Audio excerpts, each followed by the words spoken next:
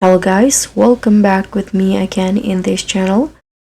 So on today's video, I'm going to show you how you can get this spear guardian fish in Fish It Roblox.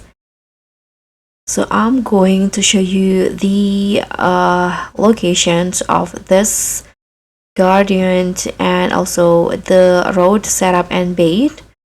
And as for the location, you can just head to the ancient jungle and go inside the sacred temples in here. So this is where you can get the spear guardian.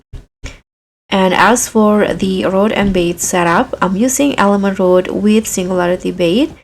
And for the location, you can go to these spots or this one's in here.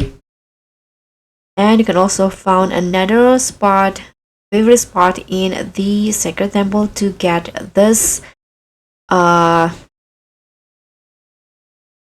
epic tire fish in the sacred temple. So that's all from me. Thank you so much for watching. Don't forget to like, comment, and subscribe. Also click on the thanks.